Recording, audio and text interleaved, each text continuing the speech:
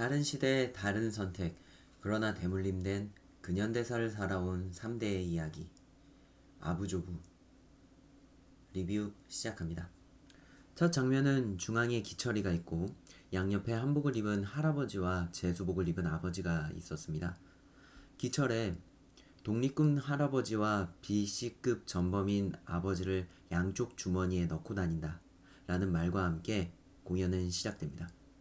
새마을 운동이 한창인데 마을 사람 하나가 어떤 여인을 친일파의 잔당이라면서 갈구기 시작합니다. 그 와중에 그 여인은 묵묵히 일을 하고 폭언을 말리는 사람과 계속 폭언을 퍼붓고 그리고 그 폭언을 옹호하는 사람으로 나뉘고 여인은 자신의 아들 얘기까지 나오자 화를 내기 시작합니다. 그리고 그녀의 아들 기철이 등장합니다. 이 이야기는 1910년대, 1940년대, 1970년대의 한국의 근현대사 속 아픈 역사와 함께 세 가지 이야기가 교차되어 이 시대를 넘나드는 작품입니다. 1910년대 할아버지 가부는 독립투사로서 몸이 망가져도 독립을 위해 끝까지 소리쳤으며 1940년대 아버지 병주는 이 불안하고 불행한 삶 속에서 끝까지 살아남고자 일본군 포로 감시원에 자원하여 전범자가 되었고 1970년대의 기철은 유신 정권과 민주항쟁의 그 중앙에 서 있습니다. 이 세 가지 이야기가 시간의 흐름과는 상관없이 교차되면서 진행됩니다.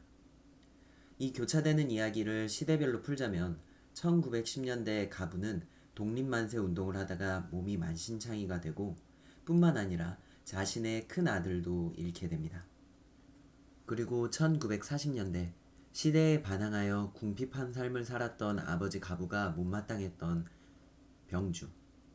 가부의 아들 병주는 가부의 뜻을 거역하고 일본군 소속 포로 감시원으로 자원하게 됩니다. 그러면 절망적인 현실에서 벗어날 수 있을 거라고 생각했기 때문이죠. 그렇게 점차 병주는 잔혹하게 변해갑니다. 그리고 1945년 8월 15일 우리나라는 일본으로부터 해방이 됩니다. 병주는 이제 전범자가 되어 사형이 떨어지지만 운 좋게 죽지는 않고 일본에 정착해 살고 있었습니다. 하지만 산 것은 산 것이 아니었습니다. 과거의 죄책감 속에서 병주는 미쳐가고 그의 아내는 결국 병주를 떠나게 됩니다. 1970년대 기철의 엄마는 없는 형편의 기철을 건강하게 키우고 싶었습니다. 그리고 기철은 돈을 많이 벌고 싶었습니다. 기철의 고등학교 시절 유신 정권으로 데모가 일어나고 기철의 친구는 같이 싸워야 한다며 소리칩니다. 반면 기철은 어른들이 알아서 할 일이라며 학생은 공부를 해야 한다고 말을 합니다.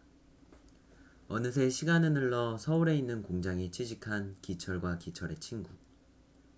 민주항쟁의 시기가 옵니다. 기철은 데모하는 사람들에게서 맡고 있는 공장 사장을 지켜내고 사장은 이에 감명받아 기철에게 새로운 직책을 줍니다.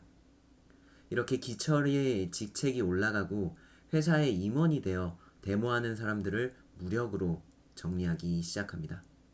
그렇게 기철도 아버지처럼 변해갑니다. 그리고 이제 기철이는 어떻게 될까요? 무대의 활용도는 좋았다고 생각합니다. 풍성했고 넓고 다채롭게 활용했습니다. 빔 프로젝터의 활용으로 배경과 자막을 통해 당시의 시대를 잘 보여줬다고 생각합니다. 허나 전체적인 내용은 시대가 자주 바뀌어 다소 혼란스러웠습니다. 그리고 1970년대 기철도 혼란스러워하고 있습니다. 이것은 작가 혹은 연출의 의도였을까요? 또한 반항의 선택, 수능의 선택, 그리고 혼란의 선택. 이러한 상황에서 기철은 기철의 선택을 보여줍니다. 기철은 어떤 선택을 할 것인가? 이들 하나하나는 우리의 선택을 대변하고 있습니다. 그리고 그들은 각자 나름의 기준에 나름의 선택을 했습니다. 어떤 선택을 하느냐에 따라 우리의 삶은 바뀝니다.